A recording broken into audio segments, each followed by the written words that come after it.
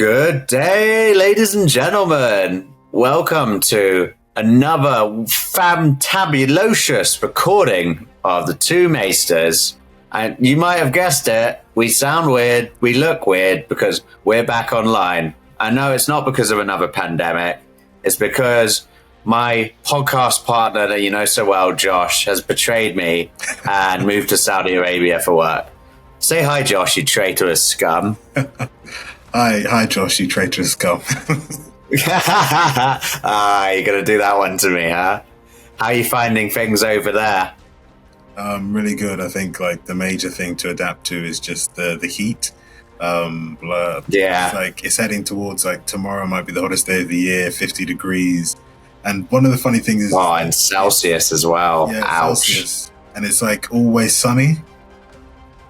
And like at times you get like a nice breeze, but then it's like the breeze drops the temperature from like 47 to 32. But yeah, so you're like, okay, thanks for the breeze, but it's still boiling out here. Yeah. And wow, the breeze has that much of an effect. Wow. Yeah, and at first I was like, oh, I'm not going to be one of those wimps who's going to have a sun hat or a UV umbrella. But now I'm like, yeah, I'm definitely going to get one of those hats. Well, I did see in China there's a cap you can get that's got a little battery-powered fan inside the peak bit, you know, the actual cap itself, and it just faces in your face. I'll see if I can get one sent to you, although I think your street cred will definitely go down big time.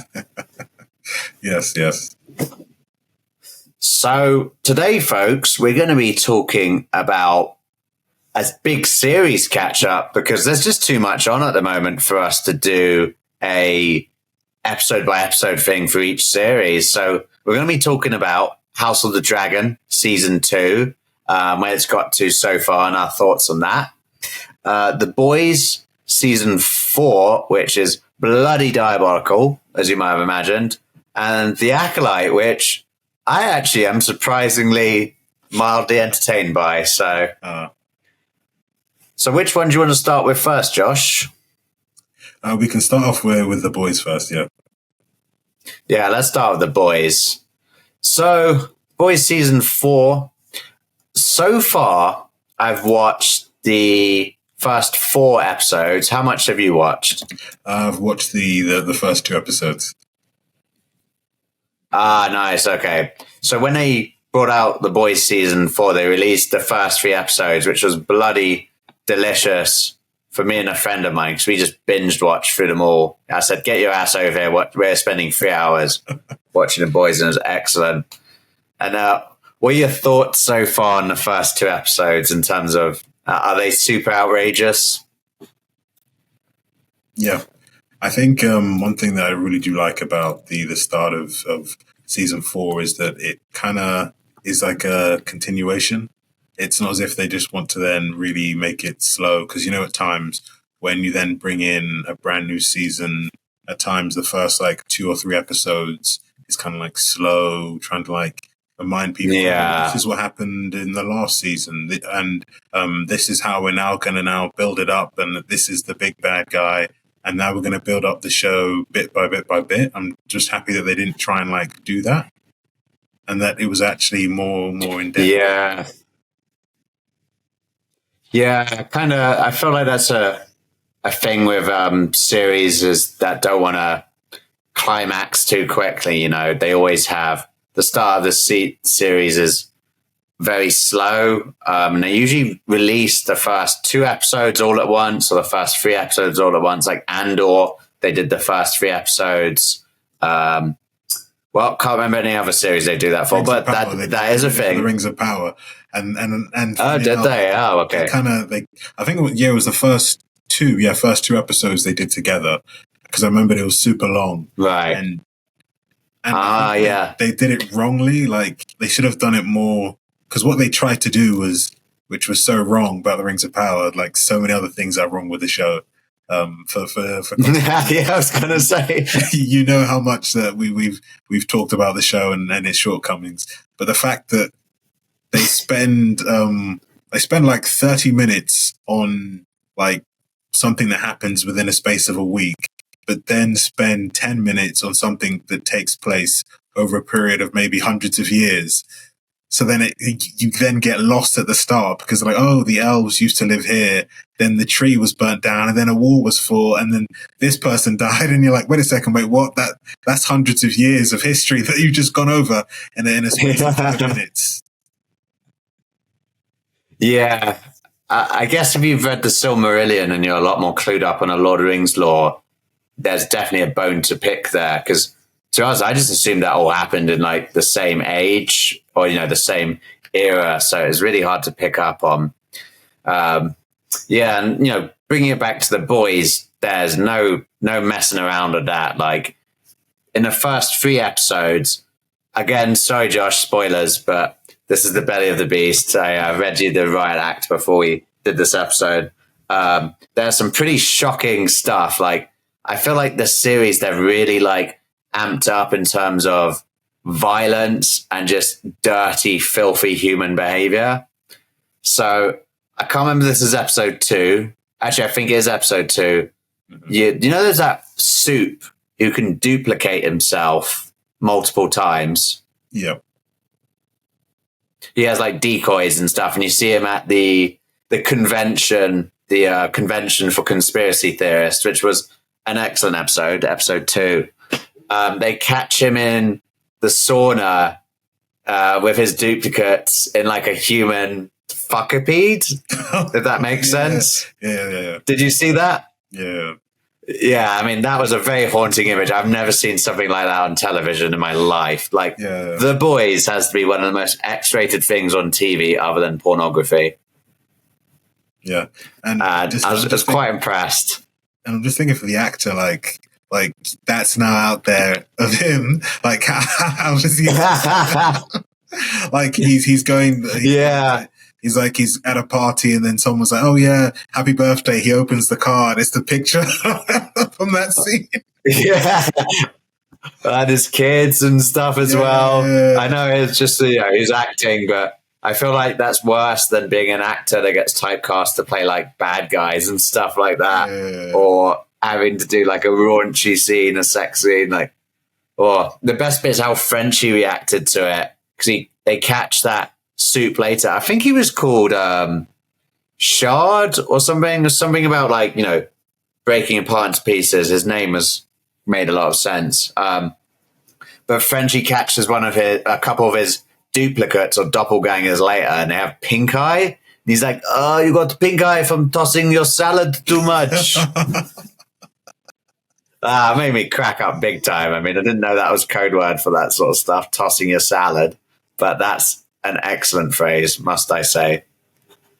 And I think a thought I've had about this series, and I think it's happened with previous series of The Boys, is it is so impeccably well timed with the US election looming, isn't it? Like, I see a lot on social media, a lot of arguments brewing because tensions running out. And essentially, Homelander is a representation of the sort of Trumpian right in America, as well as a lot of people who believe, follow the belief that there's a deep state, etc. And it just mirrors a lot of what's going on in real life so much in this show. Yeah. And I think the key thing is that they're unapologetic.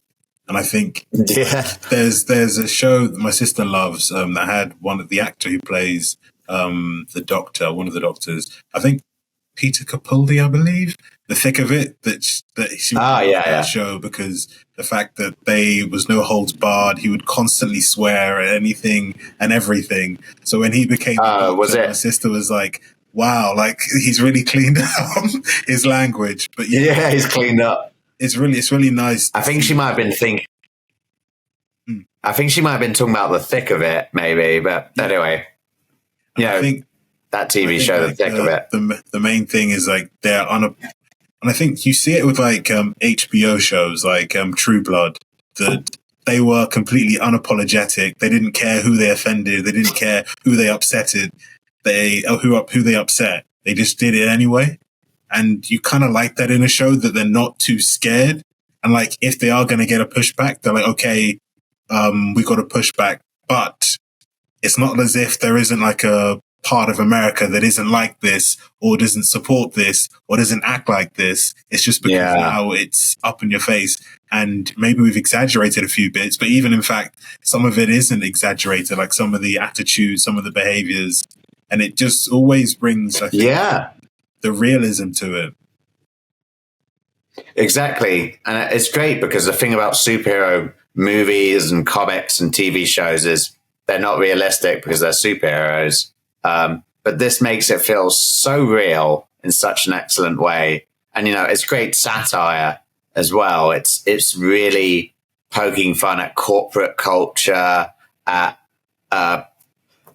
political issues, as well as the issues with holding someone in power as a role model and truth and fake news. It's really good. And I've got to admit, I think this season's off to a really good start. And a key thing to mention about the future of The Boys is that it's already been renewed for a 5th but final season after this. So I think that's good. I think some shows really start to struggle when they keep on going on forever, you know, and they don't quit whilst they're ahead. Apart from It's Always Sunny in Philadelphia, that shit's still going, and it's an excellent show. If you haven't seen It's Always Sunny in Philadelphia, I recommend watching that. And I was just talking to someone so today in the office, and I was like, he said like he loves shows like Breaking Bad, where it's like start, middle, end. And I think that went on for 5 series as well. And it was like, it wasn't a filler like, oh, we've got a really good show that people love. Let's add an extra 2 or 3 seasons in the middle to extend it to 8 so we can then get more money. And I actually do prefer it that way, that you actually watch an amazing show, even though you probably would have wanted it to last a bit longer. But it's still like a 10 out of 10 or a 9.5 or 9.9 out of 10. Then for it to be like, you know what, I got an extra few seasons, but then it kind of had a lot of filler in between. So maybe it's a 7 or a 6.5. Yeah. Yeah. And unfortunately, that happens with a lot of good TV series, some anime as well. Like, I'm not really super into anime, but I got into Bleach. That was really good, but there were a lot of filler episodes where it doesn't really advance the main storyline. It's just a monster of the day sort of thing. Like in X-Files, you get some episodes where it advances the main storyline in X-Files, and then you get some episodes where it's just the monster of the week episode. So they're in an Antarctic research station and there's some parasite that's become unfrozen, but it's got nothing to do with the main story. It's just cool, which works for some fans, but maybe not so much with all of them. And, you know, it's good to advance the story. And The Boys doesn't really feel like you have many offshoots, although there's a lot of character development that some people call into question. I do really like it because all the characters are 3-dimensional in The Boys, and you see that a bit in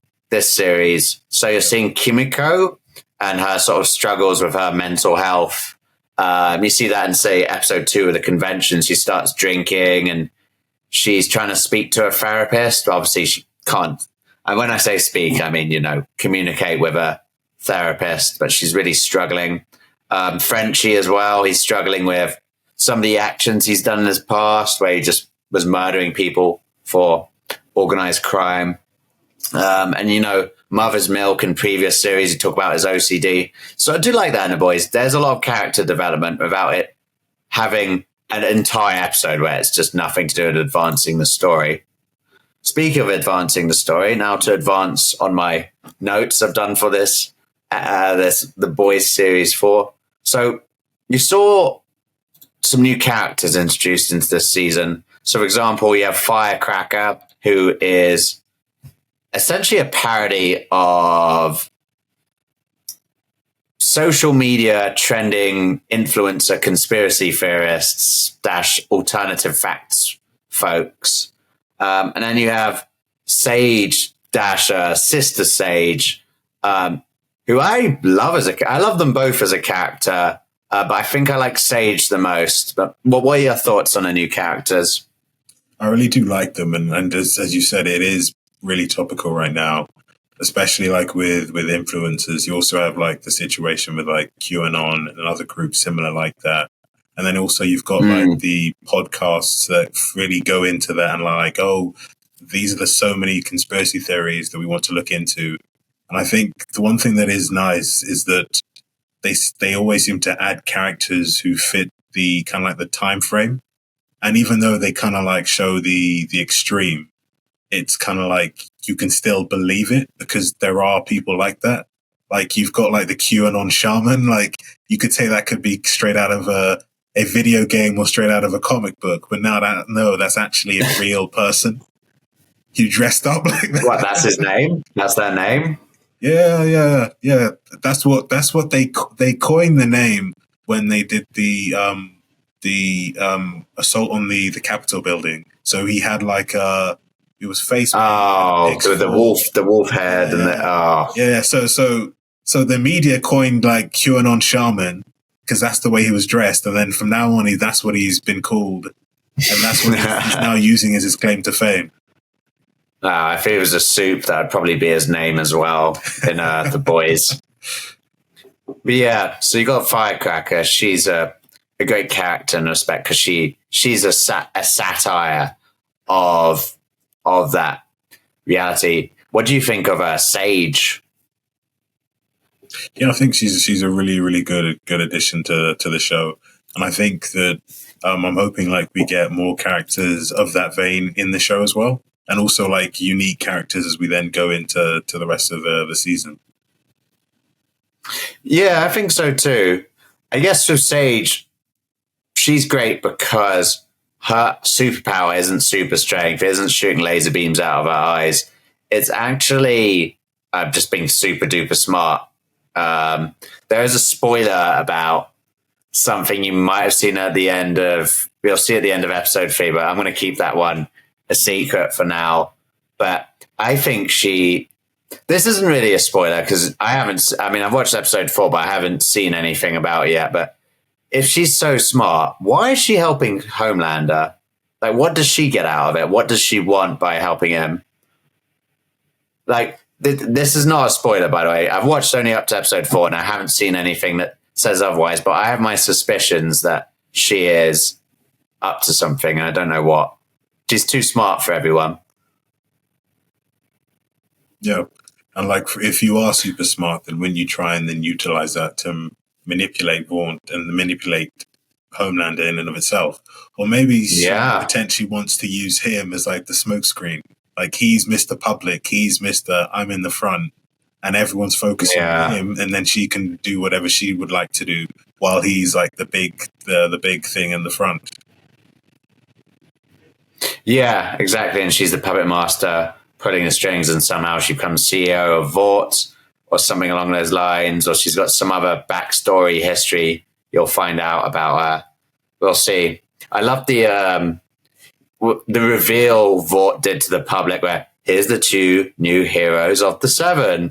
And you've got Firecracker coming on, who's, in a natural habitat in the spotlight, and Sage, who's just like, they call me Sister Sage. I hate that name. And you can see the way she's dressed in the outfit. She's trying to like, act along with it. But she even says to Homelander, like, why would you do that? I need to be in the shadows. I should not be in the spotlight. But I do love the mutual respect her and Homelander have for each other. She's able to give Homelander some really strong, should I say, sage advice that can be quite critical of him and his personality, but he just chooses not to laser her. Yeah. Which is good. Yeah, very good. Some questions I have is, what do you think is going to end up happening at the end of this series? I think the end of this series, I think there is going to be like a huge divide, and Homelander potentially, when we had the episode where he basically went mental and killed all those people and we found out it was just in his head. I think he is going to reach the zenith and be like I'm a god to all of you, kind of like Thanos in the moment of like in Endgame where he's like sitting and he's like, you know what? I'm just going to kill all of you and then reset the timeline and then be in charge. I think he's going to just basically be like, I am inevitable. Yeah, I'm stronger, I'm faster, I have the power. I'm done playing games. I'm in charge now. Yeah, I think so. I think it will happen at the end of this season, because if season 5 is the last one, I think that's where they've got to take down Homelander. They're definitely not going to take down Homelander in this, because he is, he's what makes the show. He's a great villain. The acting's great. The backstory's great. I love every scene of him. He kind of steals the show, really, and he adds a lot of comedic elements to it. But he's definitely going to have to be, once he dies, I think that's kind of the end of the boys. But I will say this is based on a comic. I haven't read the comic, so I don't actually know what happens. Perhaps there's more that can happen. Yeah, exactly. There is the story arc element of Homelander and Becca's son. I always forget his name for some reason, but basically both Butcher and Homelander sort of vying for control over him. And Homelander's definitely got him in his grasp for now, but you can tell that it's not very natural for him, the boy, and he's sort of struggling with it. Yeah. And so we'll see what goes on with that one. And on the point about the future of the boys, the main actor, the person who plays Homelander, said he wants it to be like a feature length film after season 5, to then end it with a huge big film. And that actually would really be just Homelander, or sorry, the boy? No, the whole boys, to end the whole series with a feature length film. I mean, yeah, I'd be more than up for that. It'd definitely be 18 plus, that's for sure. Yeah, I think that would be terrific. Well, lots to think about there. I guess I can't really talk about any sort of TV show or film if we don't bring up some trivia. So, for example, did you know that Carl Urban, who plays Butcher, and Anthony Starr, who plays Homelander, have also appeared together in the same TV show, Xena, Warrior Princess? Because he's Australian, yeah, and a lot of like New Zealand. Okay, so a lot of my mistake. A lot of it's okay. I always get that wrong as well. Because like I think it's just like name another actor from New Zealand, and then you're like, But you can name from Australia, whether it's Russell Crowe, Hugh Jackman, Marco Robbie. Then you also got the Hemsworth brothers as well. Yeah, there's loads. There's lots of talent that comes out of Australia. I guess the only other actor I could think out of New Zealand is Taika Waititi. I guess he does a lot of things like directing as well as acting and writing, etc. Okay. And one final bit of trivia is, in keeping with Starlight's Christian roots, her costumes designed in a white and gold trim. These are the colors of the Pope, the colors of the liturgical cool vestments worn on the highest Christian holidays of Christmas and Easter, and the colors of the Vatican flag, which are used by Roman Catholic churches all over the world. I never knew that. Never knew that whatsoever. Yeah, strange, eh? And there's loads more trivia, like obviously who the characters are parodies of in Marvel universes or DC universes. One thing I couldn't work out is who is Firecracker is not a parody of any Marvel or DC character that I know. Neither Sage, but I thought I'd check with you because you know a lot more about Marvel. Do they seem like a parody of any superheroes you know out there? No. I think maybe they took like an idea but then completely changed it. But unless it's like one of the smaller side characters, maybe. Yeah, it could be. I mean, I think their characters are just so real that it's hard to base them off a superhero originally. One thing I will say about Firecracker is, I swear her superpower is like lighting stuff up in her fingers, and then she says she's super strong. But you don't really see much of her lighting things on fire. She just argues a lot online and tries to damage people's reputations. That's it, really. Yeah. Well, we'll see more. So I think it's on, The Boys is on episode 7 now, which is actually out today. So if you haven't seen it already, folks, give it a watch and hide the spoilers from the comments from me and Josh. We've got a lot of catching up to do. So let's move on to The Acolyte Season 1. How much have you watched of The Acolyte Season 1, Josh? So I've watched the first 4 episodes. Ah, nice. I've watched the first 4 as well, actually, funnily enough. I also saw some spoilers online about it. What's your opinion of The Acolyte so far? I think for me, one thing I've learned, especially for Star Wars, is that you need to wait to the end to come up with your opinion.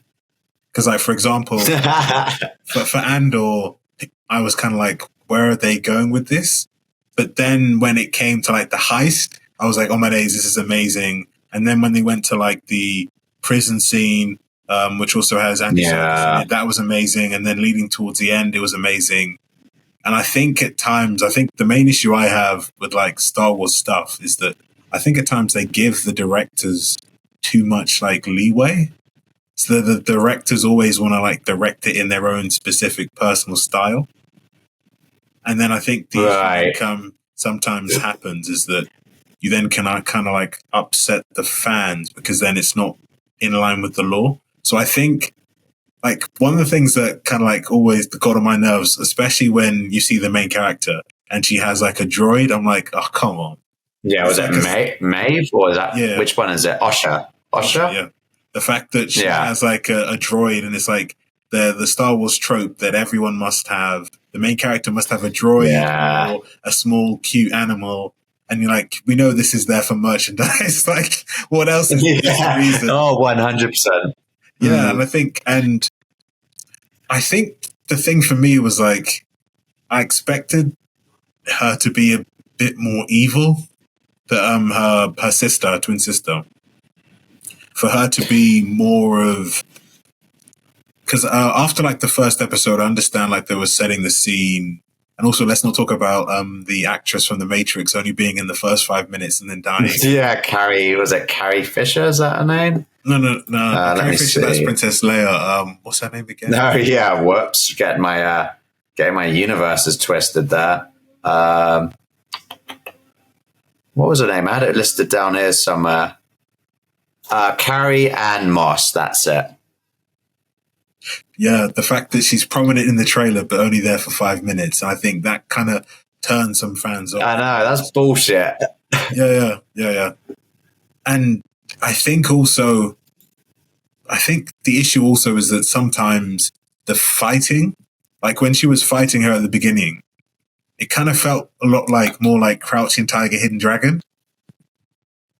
Yeah, martial art. Yeah, very martial arts. More martial arts style. Which I guess makes sense. Yeah.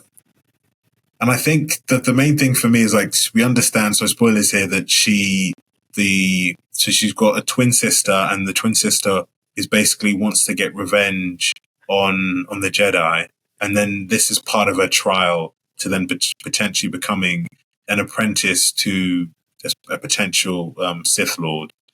And I think it remains to be seen what he is. Yeah, I think it's just like I need to see more of the dark side. I think is what I'm getting to. It's like it's a really good start to it's an okay start to the show. And I think the issue for me is like when they said the Acolyte, myself as like a big Star Wars fan, I was like, are we now going to get an in-depth look of this is the main character is an Acolyte who's trying to learn and become a Sith. So you then see the full-on dark side and see how does one grow in the dark side. Because we always have seen like, okay, whether it's been Ahsoka or Anakin, like the progression for a Padawan into potentially getting into a Jedi apprentice, then a Jedi Knight, then a Jedi Master. Yeah. And they get a seat on the council, unless their name is Anakin Skywalker, who gets rejected. So then, so then you're like, okay, we know the progression for the Jedi, and we kind of get the progression in the Mandalorian with the Mandalorian TV show. We understand like the hierarchy and kind of understand the importance of clans. We understand like the clan structure to a bit there. So I was like, Acolyte will explain to the wider audience how the Sith operate, and this is what it means to be Sith. But it kind of feels like they really should have just called it something like something similar to like revenge, or use another word for that, because it kind of feels more of like the sister trying to stop her twin sister from getting revenge on the Jedi, who she believes have wronged her, and now is using the dark side of the Force to utilize that, and then potentially being manipulated by Sith, who potentially we don't know, he might not be Sith, he could just be a dark Jedi, so we don't even know what he is. And I think it would have been better if they focused more on like because we know from canon, which is currently the universe, so not the expanded Star Wars universe, the Disney universe, that the rule of two is in effect during this time period. So it would have been nice. Right. Okay. Yeah, I was going to ask that. Yeah. Yeah. So kind of like see what were the Sith doing during the High Republic era? What were the Sith doing in the background as the Jedi thought that, the Sith are dead? And as the Republic starts to flourish, what were the Sith doing? I thought that's what Acolyte would be. And I think that's what fans thought it would be.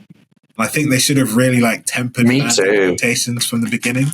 And I think that's what I think that's the issue with like current Marvel TV shows and Disney TV and Star Wars TV shows, is that they say, we're doing a TV show of this, but then they don't temper the expectations, because there's already like comic book lore or Star Wars lore about specific things that people are then, my days, if it's going to have X, Y, and Z in it, it's going to be an amazing show, because in this comic book or in this expanded universe book of Star Wars, this happened and that happened.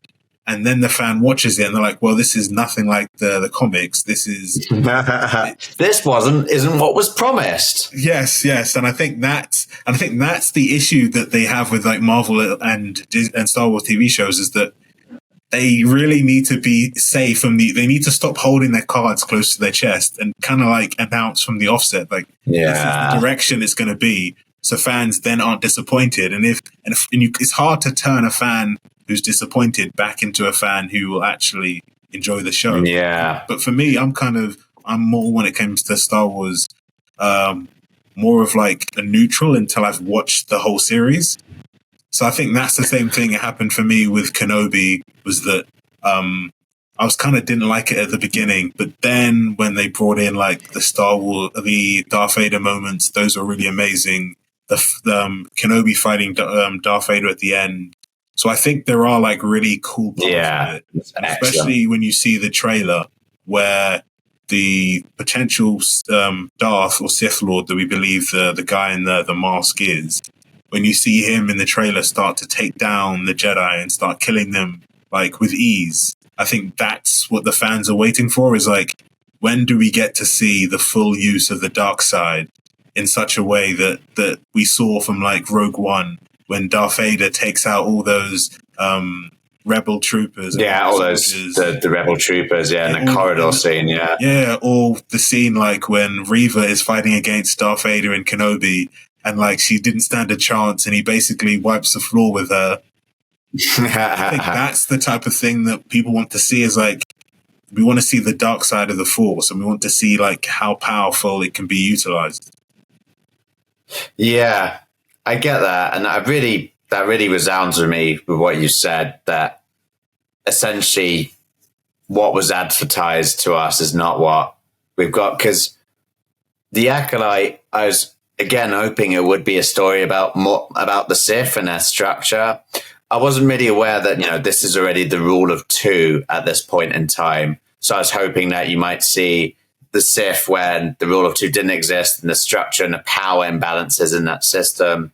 Also why people turn to the Sith, and maybe a more honest look at the Jedi and the Sith, because it always shows the Jedi as being the good guys but there's sort of subtle hints that the Jedi Council isn't always right, and that the Jedi way might be quite a singular way of looking at life, and perhaps balance is that there needs to be some dark side for there to be some light.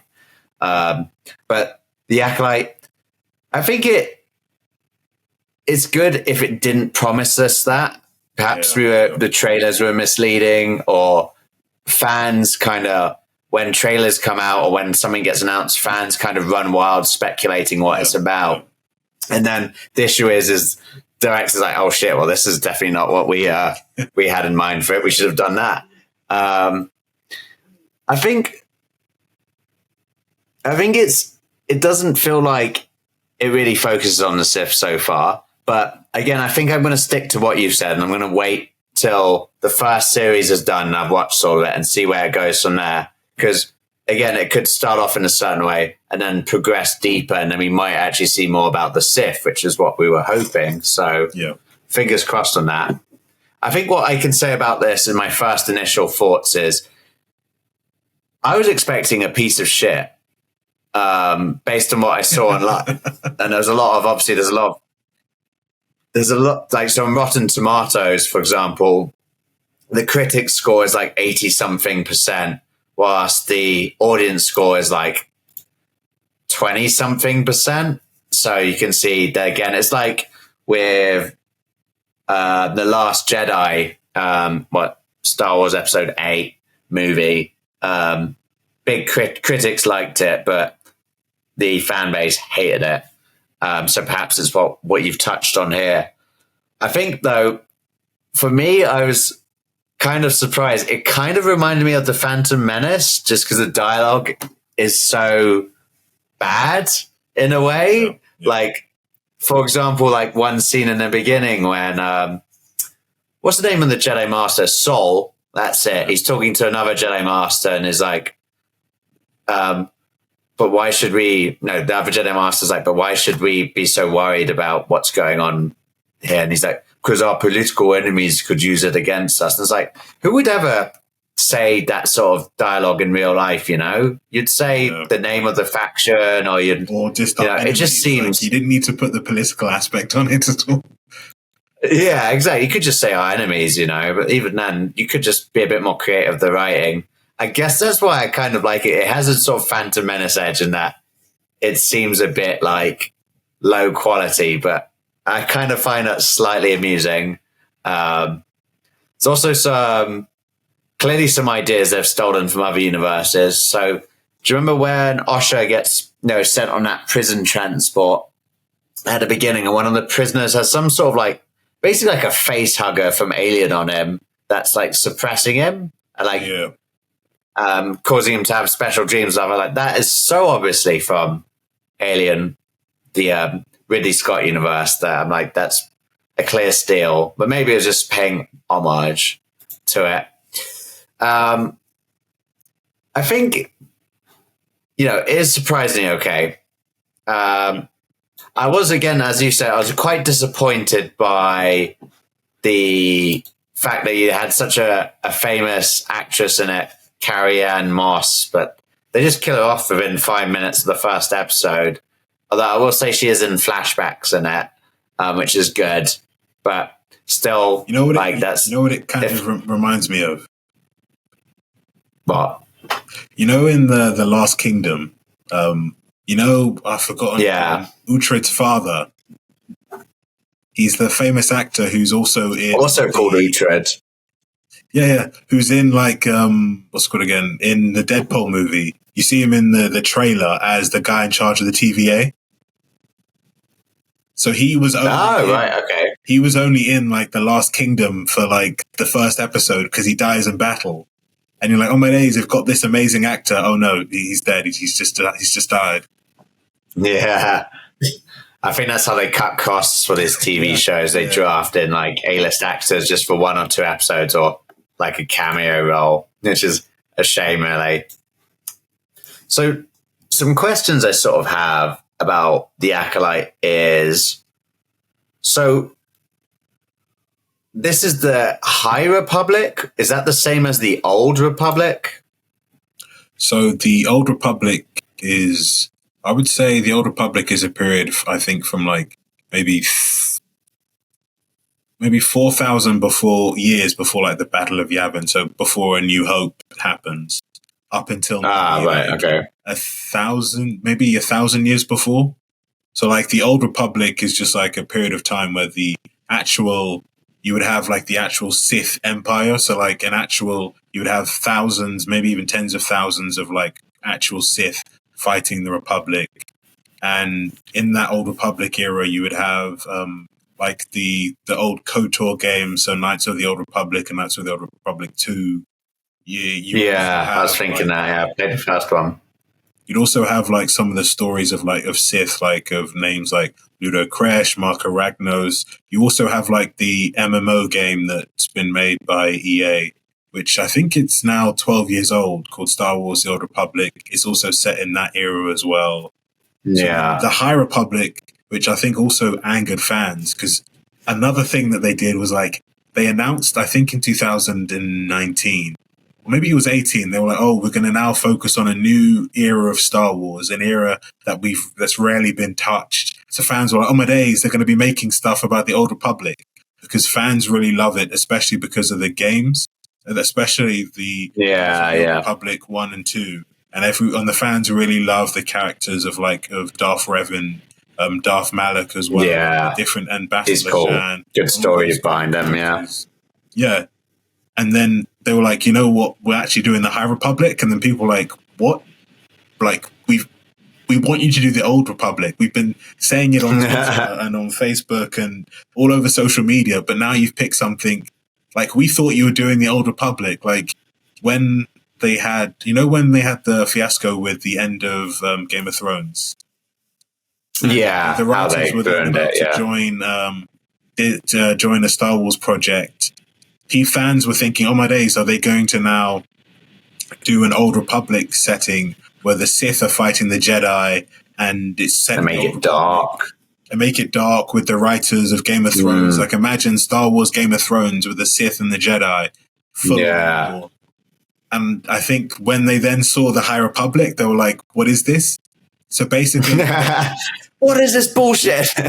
That is actually what a lot of people were saying.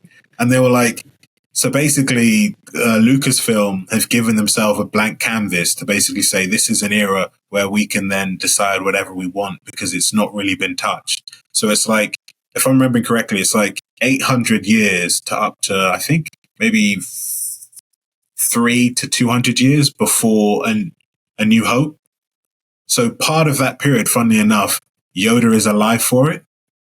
Because and Ki-Adi-Mundi as well, as we saw in The Acolyte. Yeah. So we'll probably see a cameo from Yoda at some point. They love doing their cheap cameos and these Star Wars spin-offs. Yeah. But so in terms of this series, how far is that before, say, The Phantom Menace? I'm not too sure. I believe it might be, I think it might be max, maybe 100, 150 years. I believe. Oh, okay. That's so not far off. Interesting.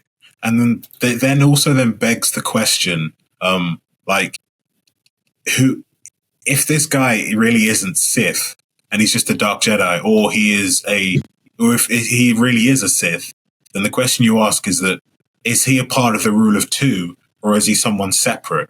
If so, who are the current Jedi at this time? Or who are the current Sith at this time who are part of the Rule of Two? And will they then potentially use that to then kill off this main evil villain because they're like, you're making too much noise? The Jedi are supposed to think the Sith are dead. Yeah. And it kind of ruins the Phantom Menace, because like the big shock about Darth Maul revealing himself was that no one had seen the Sith for hundreds of years. And then the Phantom Menace with Darth Maul revealing himself to Qui-Gon Jinn and also to Obi-Wan Kenobi was like, the Sith have now returned after, I think, maybe even 1,000 years, or I know it's hundreds of years. And that's why it was so significant of Darth Maul. And I didn't realize it till later.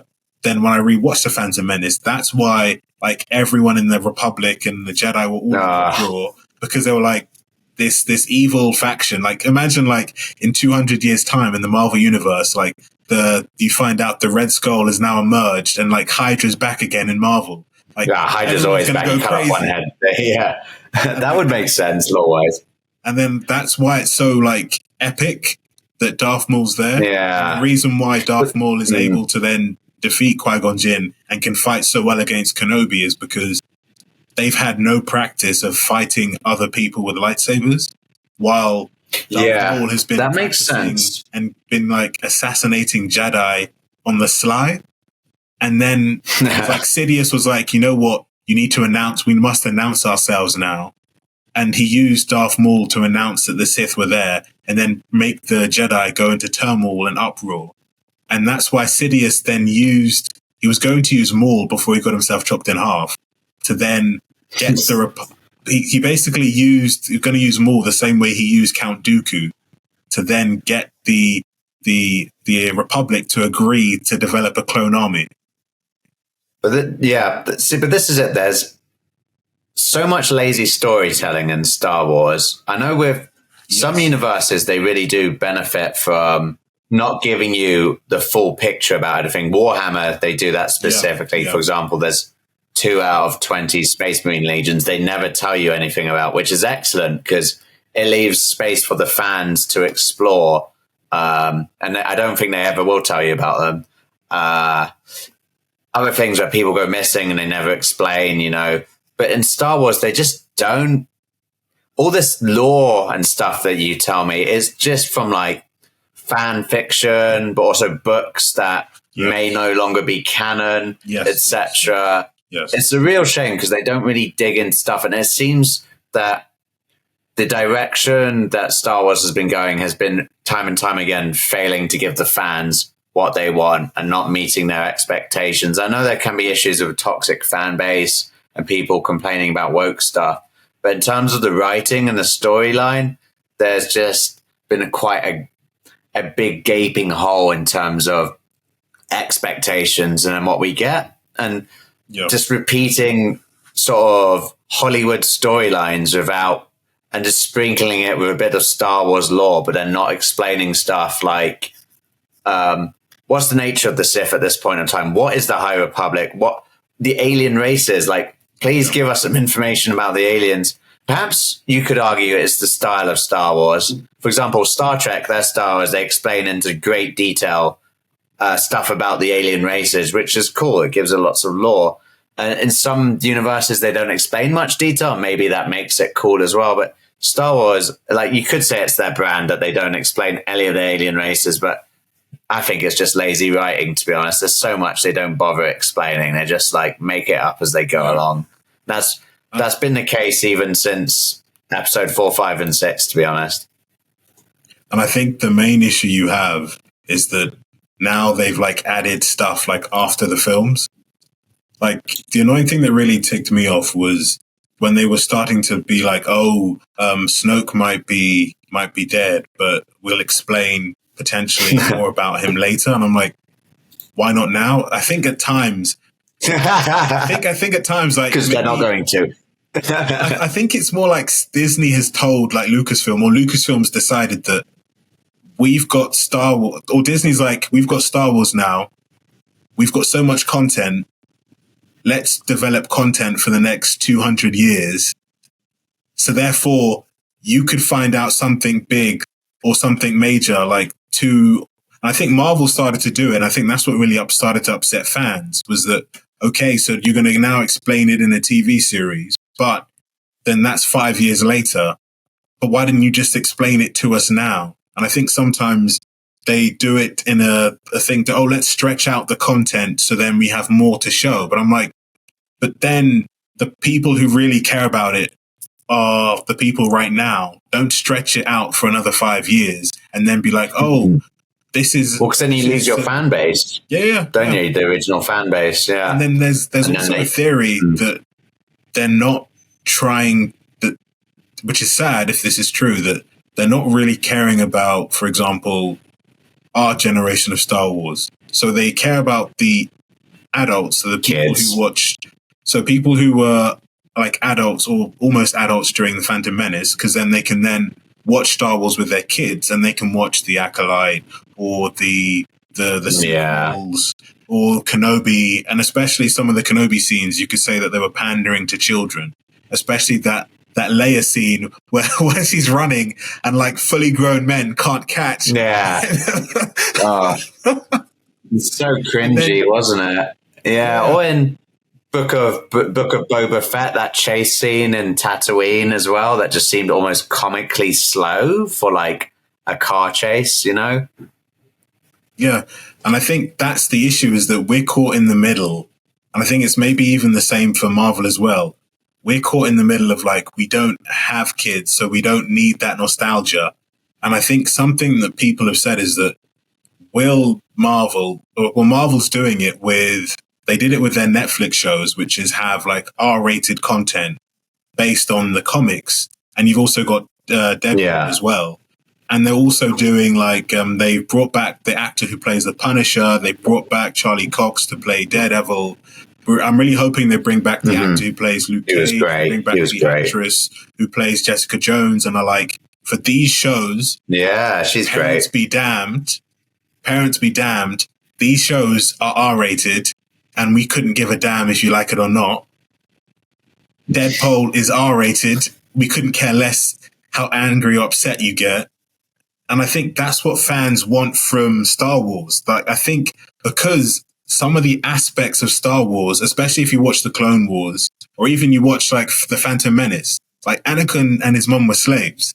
Like, that isn't something you see in a PG-13 music or in a PG-13 movie or a film for children. Like, there is elements of Star Wars which are of an older rating, like slavery or spice, or even the fact that you even see in like the Return of the Jedi, like the whole situation with Leia as well, or bounty hunters, like that aspect. Yeah, I mean, Leia was essentially a sex slave to a giant worm. Yeah, and then it's like, at times it kind of feels like, and I probably think like the Hutts are probably a steal from Dune as well, especially as if you really think about it. On a sand planet, you've got a worm-like being.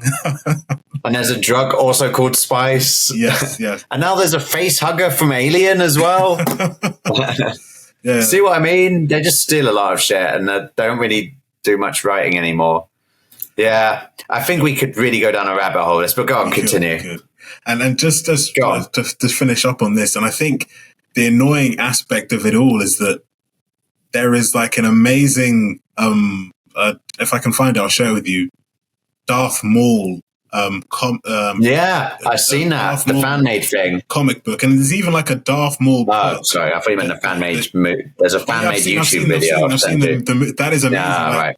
The fighting scenes in that fan-made Darth Maul movie is amazing. But like with the actual book itself, it's amazing premise that a part of his Sith training, Palpatine sends him to a prison where the inmates must fight against each other to survive and to get food.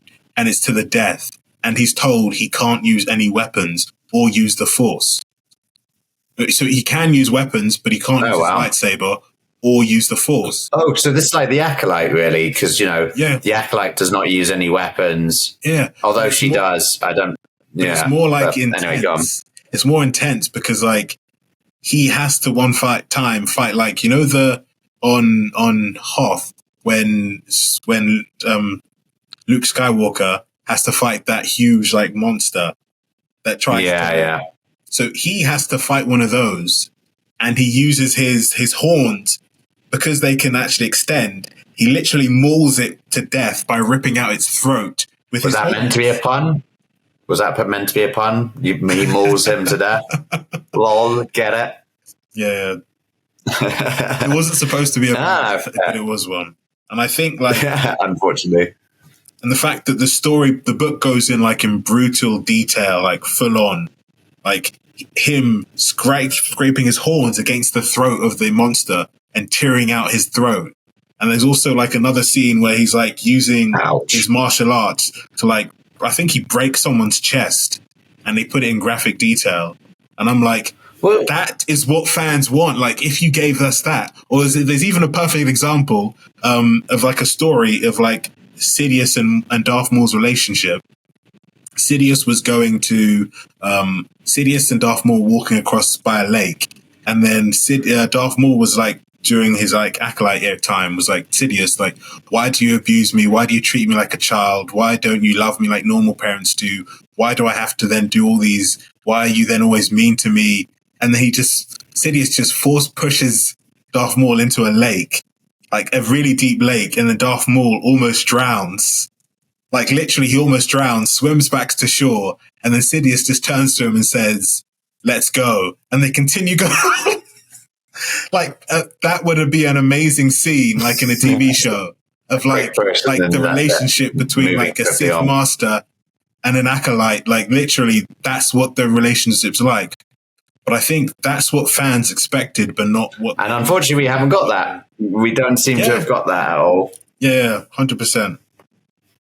Yeah, I know. It's a shame. It's wasted potential so far. So I'm pretty sure of your opinion on this. Yeah. But let's see what happens at the end of the series. I guess some good things we could say about it, because, you know, everything has silver linings. Sometimes you've really got to dig through the dog shit to find the lump of gold. But I think the Jedi look cool in this. You know, their clothing's impressive. They're wearing like white robes, and you can kind of get the feeling the Jedi are at the height of their power. Yeah, you know, I guess the High Republic. So, go on. Yeah, and one thing that the Jedi also then did, from crossing over from like the Old Republic to the High Republic, is because they no longer fought Sith, they stopped wearing armor. And they also did kind of like this whole rebrand of their image of like, we're like the power of the rebrand. Yeah. So they were like, now that the Sith are kind of gone, but technically they're not gone. We're now going to become and look more friendly and be more galactic peacekeepers. Yeah, and that's when you have kind of like policeman sort of role. Yeah. So like, I would. Kind of policeman, I would say like the galaxy's, well, the Republic's emergency services. So like if there's a flood, the Jedis would go there to use the Force to evacuate people, to potentially reduce the effects of the flood. So it was basically going around like a Peace Corps around the Republic. And that was the image they wanted to have, because they'd spent like hundreds, maybe even thousands of years constantly fighting the Sith.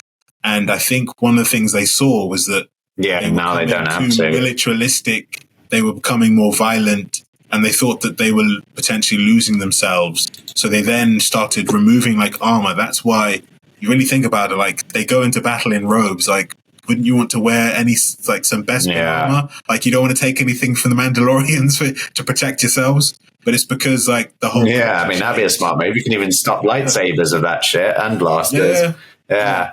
I mean, it looks cool, but again, you know, I wish they explained that in the show. But again, lazy story writing. You know, it's all just stuff that you've got to read into online on forums or from books that are no longer canon. It's a shame. You're ruining my silver linings, Josh. I'm trying to have some silver linings about the Acolyte, but I guess I've got to dig even deeper through this dog shit.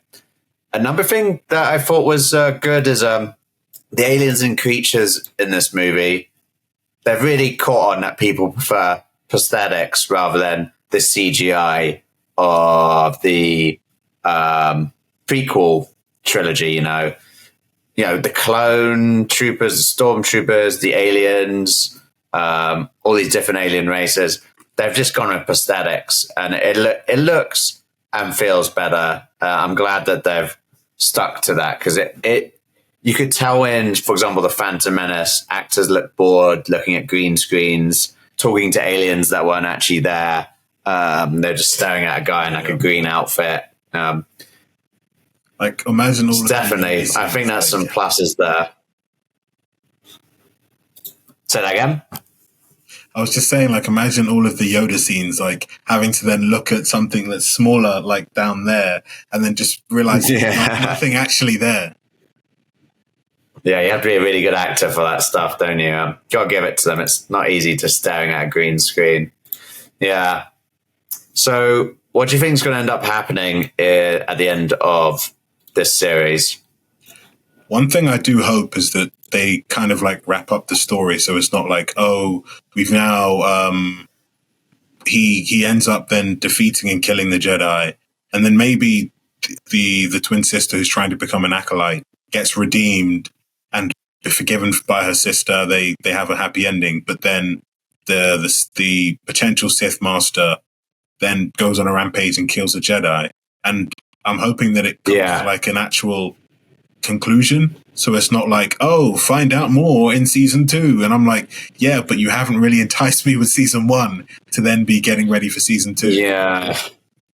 Unfortunately, that can happen in a series. They use, especially if it's a new series set in a newish universe, they need to have the first series just to build up the setting and introduce the lore, introduce the characters and the different factions. I suspect they might do that with this, but they could leave it on like a cliffhanger of that. So you've got the Acolyte, Maeve, then you've got who seems like a Sith, but then what if he's not a Sith? He's actually, seeking for his own secret apprentice, and then there's actually a deeper, bigger Sith Lord. I will also say that, episode 4 does end on a really good climax, that fight that's about to happen between that Sith guy and the Jedi. I actually know who that Sith guy is behind the mask. Have you seen any spoilers for that? Yeah, I have, unfortunately. It's like, if you're watching a show, I was kind of hoping YouTube and social media all together. I know, it's so hard when you're waiting for a friend to like catch up on it, because you like, we agree we have to watch this TV show together. You can't watch it without me. And they're like, oh, okay, cool. Well, I'm going on holiday to Southeast Asia for 3 months, so just wait for me. And then you're like, okay, so now I need to avoid social media for 3 months. Good luck with that.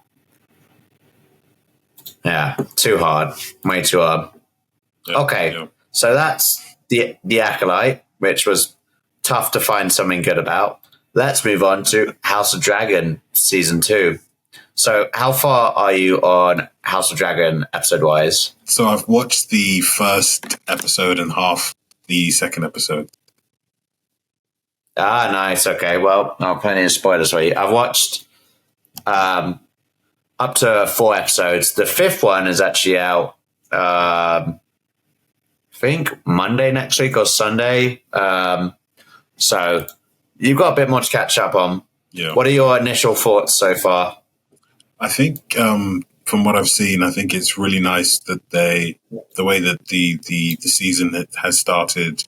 And I think the major thing for me is that you kind of now see that there isn't like a full on, oh, this character's now the good character for everyone to then galvanize behind. Because some people were saying that the way that they had done the Greens, so Alicent's group, that everyone would then support Princess Rhaenyra, and that she would be, so everyone would then support the Reds. But I think from like, and also the spoilers I've been hearing from like this season is that they've actually done it in a way that you can also then support either of the sides, which is supposed to be like the main reason. Is like, it's not just like, oh, these people have been slighted, the Reds have been slighted, they really should be, Rhaenyra should be actually queen, and that the Greens should then give up their claim.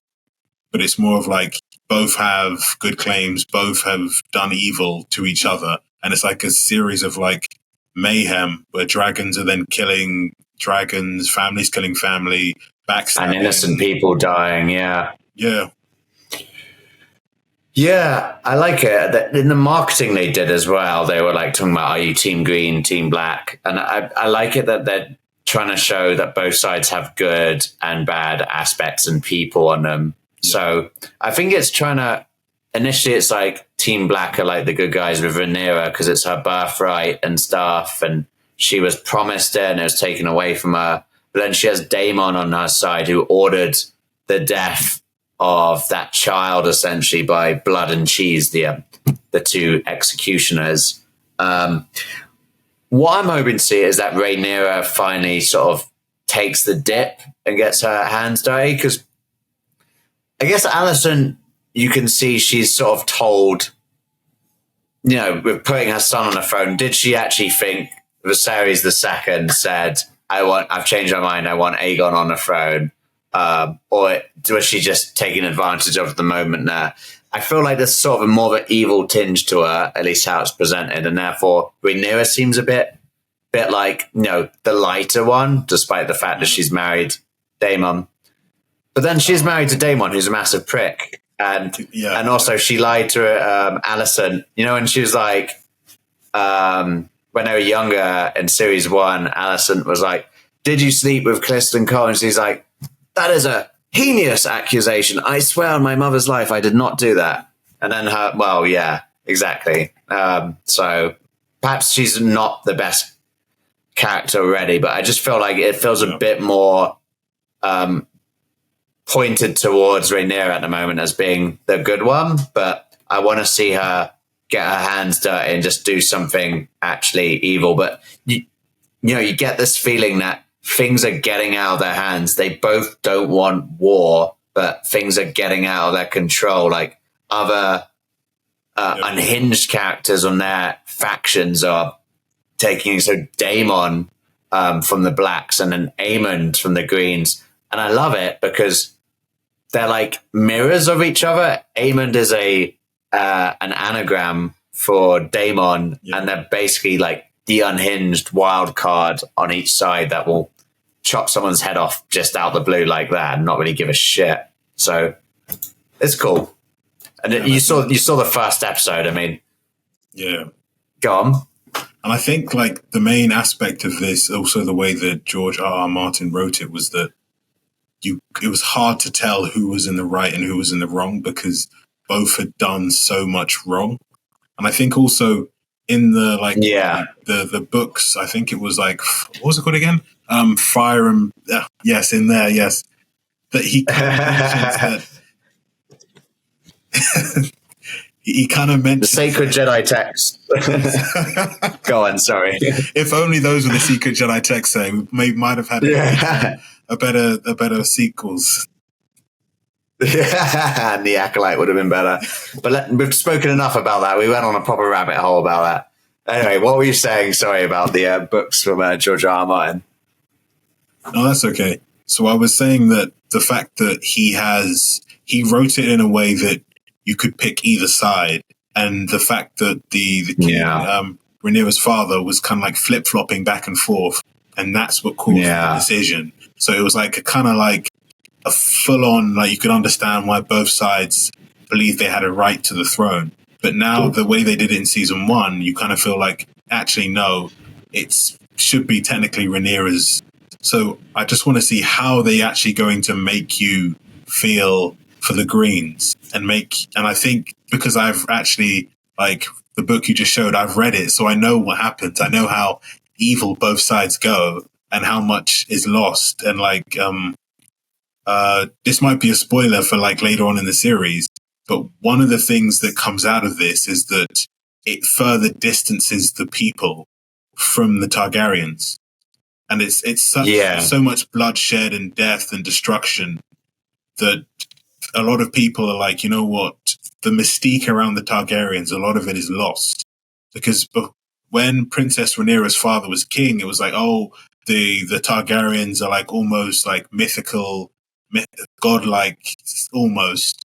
But then now seeing all the destruction and the mayhem brought by the actual, technically a civil war, you then able to see that, no, they're not actually special. They're just like us. And also it kind of turns the people's eyes. Once they lose their dragons, definitely. Yeah.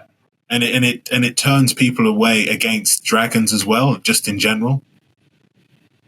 And I think this kind of like starts the downfall of the Targaryens and starts their long streak of being unpopular in the eyes of the people. Because you saw with like Robert's rebellion that the noble houses who supported the Targaryens were like, yeah, we support the Targaryens, but the people did not. And you could kind of see like constantly, just due to the violence, the constant erosion of public support for the Targaryens. Yeah, and I think you'll see this in later episodes, especially episode 4, for example, which has an excellent battle sequence in it, and is just because we're talking about series that start off slow.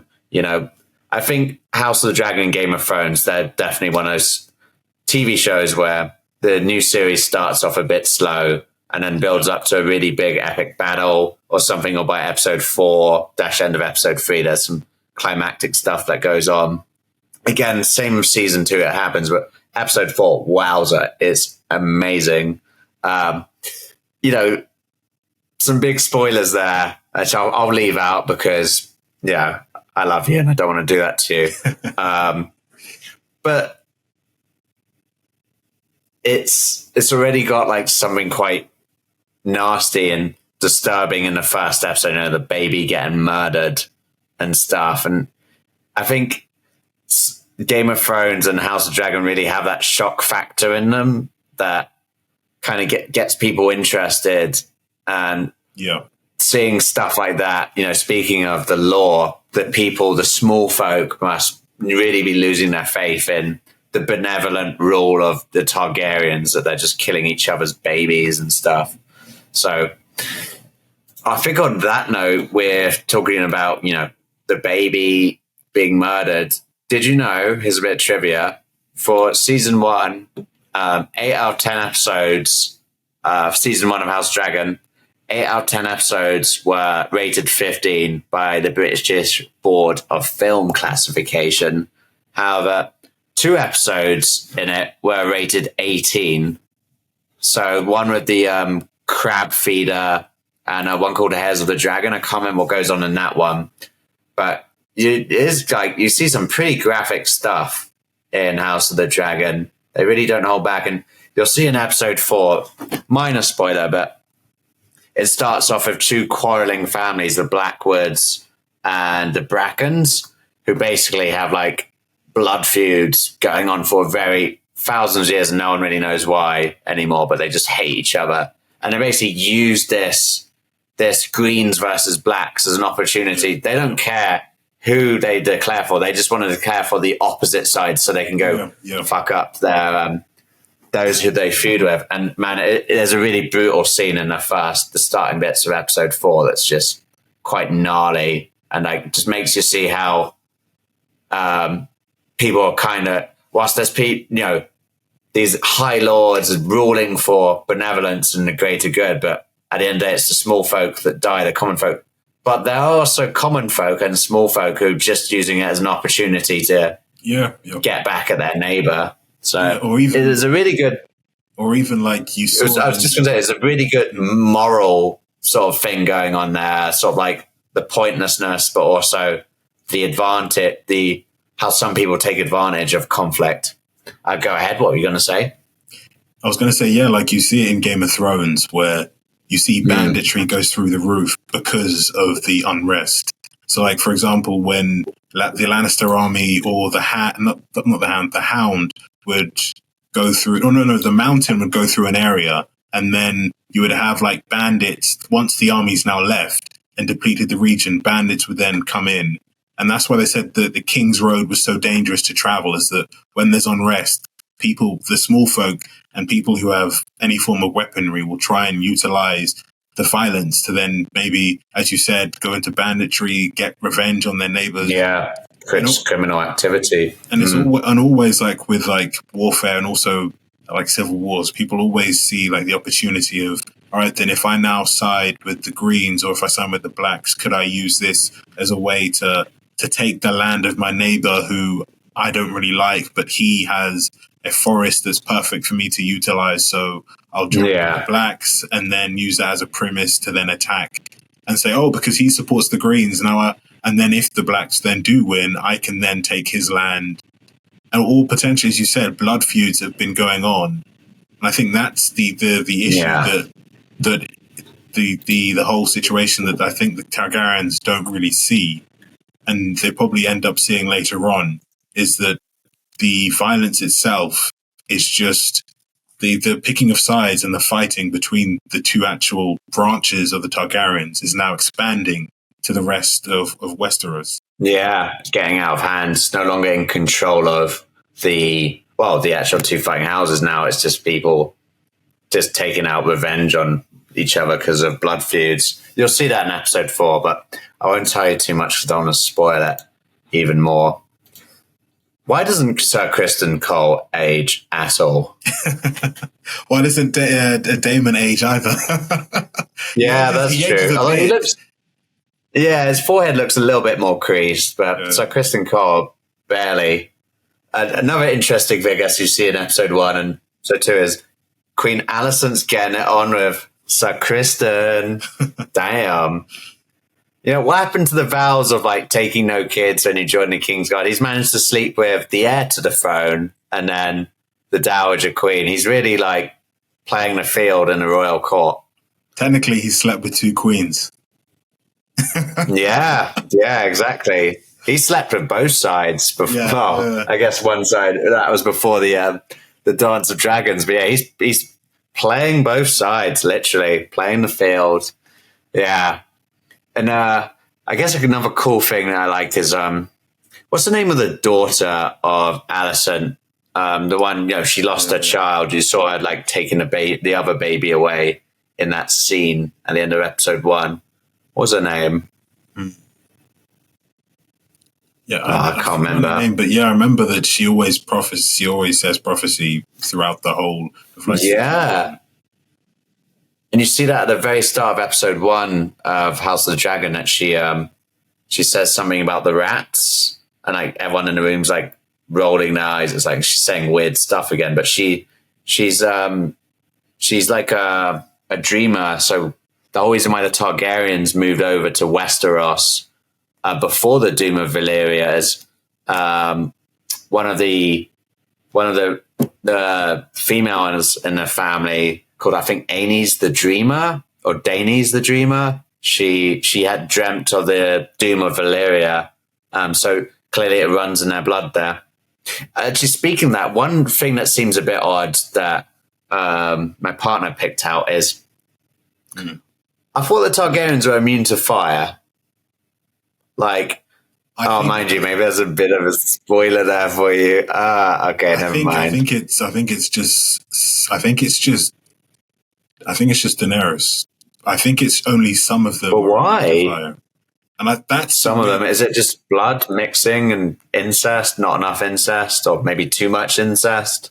I think that's the weird thing about it is that, like, so dream walking is something that the Starks will have, and like, why does Bran have it, and why doesn't any of his siblings have it? Why is it just him who can actually? He can even walk into human beings. Like, remember when he takes over Hodor?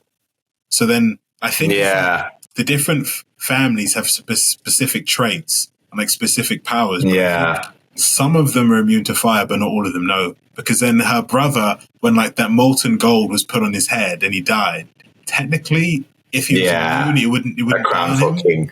But yeah, I think she was just special in that way. Or maybe it could have been, you know, in season 1 when you had that witch who kind of like cursed Khal Drogo and kind of caused him to turn into like a vegetative state. Like maybe when she kind of like unlocked the dragon eggs, she then did some kind of ritual that gave her the powers. Or it could be something that she's had from the beginning. Could be. It could also be, because remember the start of Game of Thrones season 1, there was no magic, no dragons. Yes, and then suddenly when the dragons were born, there's magic talk of like, it seems like magic's come back in the world, or like there's a comet flying in the sky. I guess because one thing we've even forgot to talk about with House of the Dragon is that there's no magic, is there? I mean, there's these dragons, but there's no magic. You haven't seen anyone cast any spells or like, you know, a red priest lighting a sword on fire. So perhaps that's why the Targaryens don't seem, well, spoilers for episode 4, that's why the Targaryens don't seem invulnerable to fire, because maybe it's just something to do with magic and the lack of it, even though there's dragons. Don't know. You might see something come up later in the series. We shall see. Okay. Time for some fun, silly questions. So, who'd win in a fight, do you reckon? Butcher from The Boys or the Hound from Game of Thrones? Huh. But the question is, what setting would it be?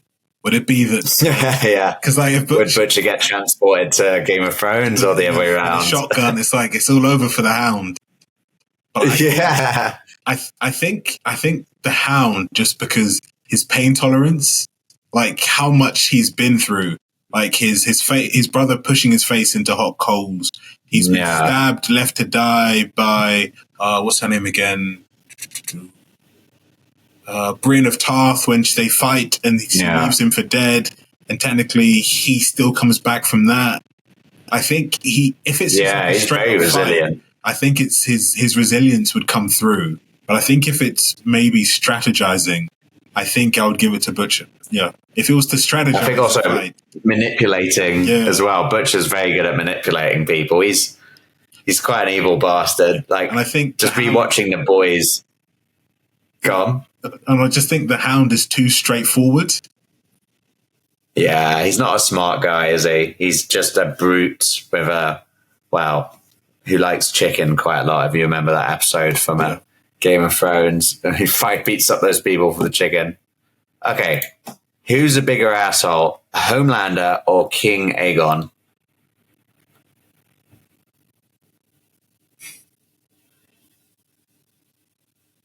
I'd have to say King Aegon, because how would he act if he had Homelander's powers? Yeah, he was also he comes across as more entitled in a way as well. Again, it's kind of spoilers, but you see he's actually he's not very wise. He kind of hasn't really studied. He keeps disobeying his small council, but he doesn't actually know how to rule. I think you see that in episode 1. He keeps trying to give, the small folk are petitioning him for stuff like, I need more goats because your dragons keep eating them. He's like, yeah, sure, go for it. And then Otto Hightower just comes up to him and whispers in his ear, like, you can't, because, if you say yes to him, all of the small folk will come to us for compensation. We can't afford that. So he doesn't know how to rule. He seems more entitled. At least Homelander, he's a test tube baby. He is a massive asshole, but, you can see why he turned out the way he is. Well, Aegon was born into wealth. He has a level of restraint, which I don't think King Aegon would have if he had the powers. For now he does. For now Homelander does, but I think he's about to pop in season 4. Just start lasering everyone and anyone. We'll see. I think I'll go with Aegon as well, because he's just a spoiled little shit. Okay. Who has worse dialogue, the Acolyte or the prequel trilogy of Star Wars? I would have to say the Acolyte, because the prequel's starting to grow on me.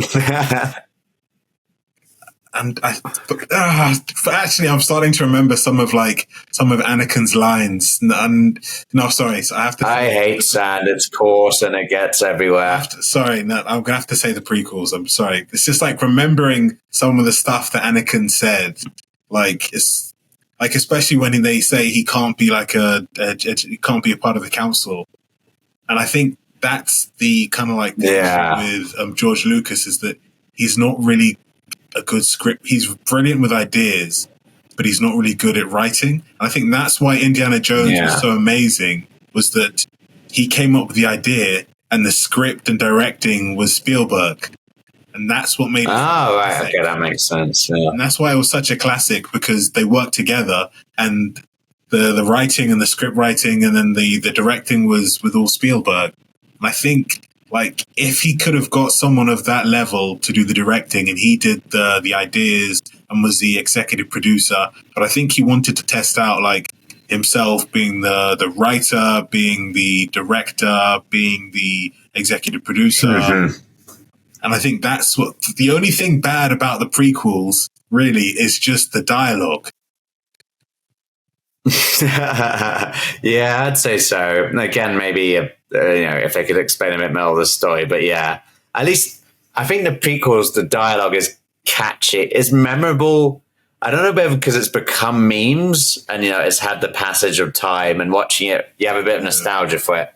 Whereas the Acolyte, I feel like there's definitely some potential for memes in the future, but maybe it needs the passage of time because it's just pretty shocking, the dialogue. Sometimes it's good though in the Acolyte, like the Sith Lord guys, like you can be the Acolyte. An Acolyte uses no weapons, he uses no steel, no lightsaber. An Acolyte kills the dream. That was the one good piece of dialogue in it. Otherwise, everything else seems very cliche or just poorly thought out. So I think the Acolyte has worse dialogue as well, to be fair. Okay.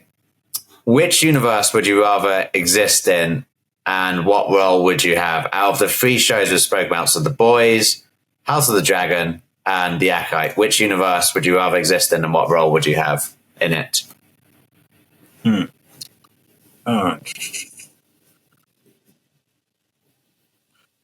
I would say it would definitely have to be The Boys. Because, like... right, okay, how come? I think Homelander is more dangerous than those dragons. And, like, also going back and living, like, in a medieval period where there's dragons, I don't think I could hack it, like... Yeah, like and no plagues water, no electricity, plagues... everyone's having incest with each other. The potentially, you've also got the White Walkers building up strength. So basically, a zombie army that will come around later on. So, and Star Wars definitely not, because like even if you just like forget the Sith aspect of it, there's so many things that can kill someone in the Star Wars universe. You've got like the Hutt Cartel, which run in slavery. You've then got like the many different gangs, the different oppressive governments. The Sarlacc pit. Yeah. And then like the fact that you've got intergalactic like monsters and beasts and venomous plants that can travel from one planet to another. You've also got like galaxy destroying technology. In every era of Star Wars, there's always like a weapon that can be used to destroy planets, and you're like so someone could be just enjoying their day and then just no longer exist. That all of a sudden just out of nowhere, your entire planet gets blown to pieces. Yeah, that's pretty savage. So I would definitely say The Boys. Yeah, and I would say maybe like in like a Vought what role? Research station. Like somewhere on the other side of the world. So I know that at least if Homelander's coming, I'll have some prep time to hide. Because like, you can only be in one place at one time. And I think that's the advantage of The Boys, is that if the Homelander's your enemy, he can only be in one place at one time. And he's the most dangerous thing in it. But like if you're in the House of the Dragon universe, you have to deal with dragons, you have to deal with like plague, sickness, disease.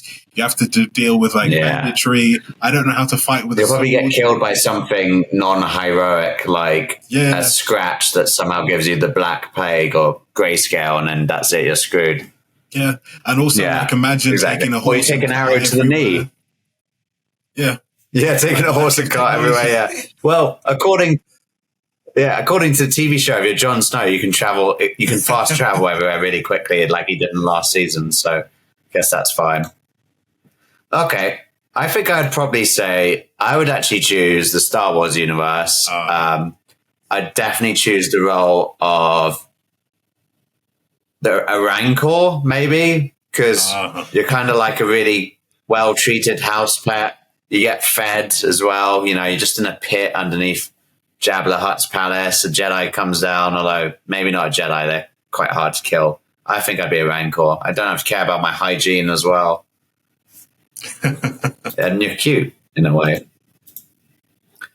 Do you think in the Acolyte series, despite the setting, somehow Palpatine will return? I wouldn't put it past. I'm serious. When we saw in Ahsoka, like the world between worlds, like you wouldn't be surprised if like Sidious is like, because I think in some aspects of Star Wars, there's spaces outside of like time, but also they could also do like a flash. Yeah.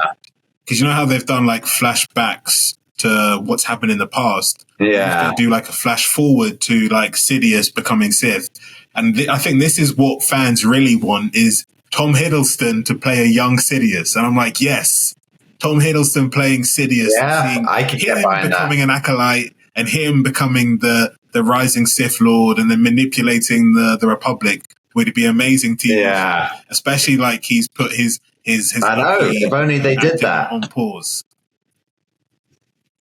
Yeah. Yes, does have it on pause. I think he's hung up the strings from that now.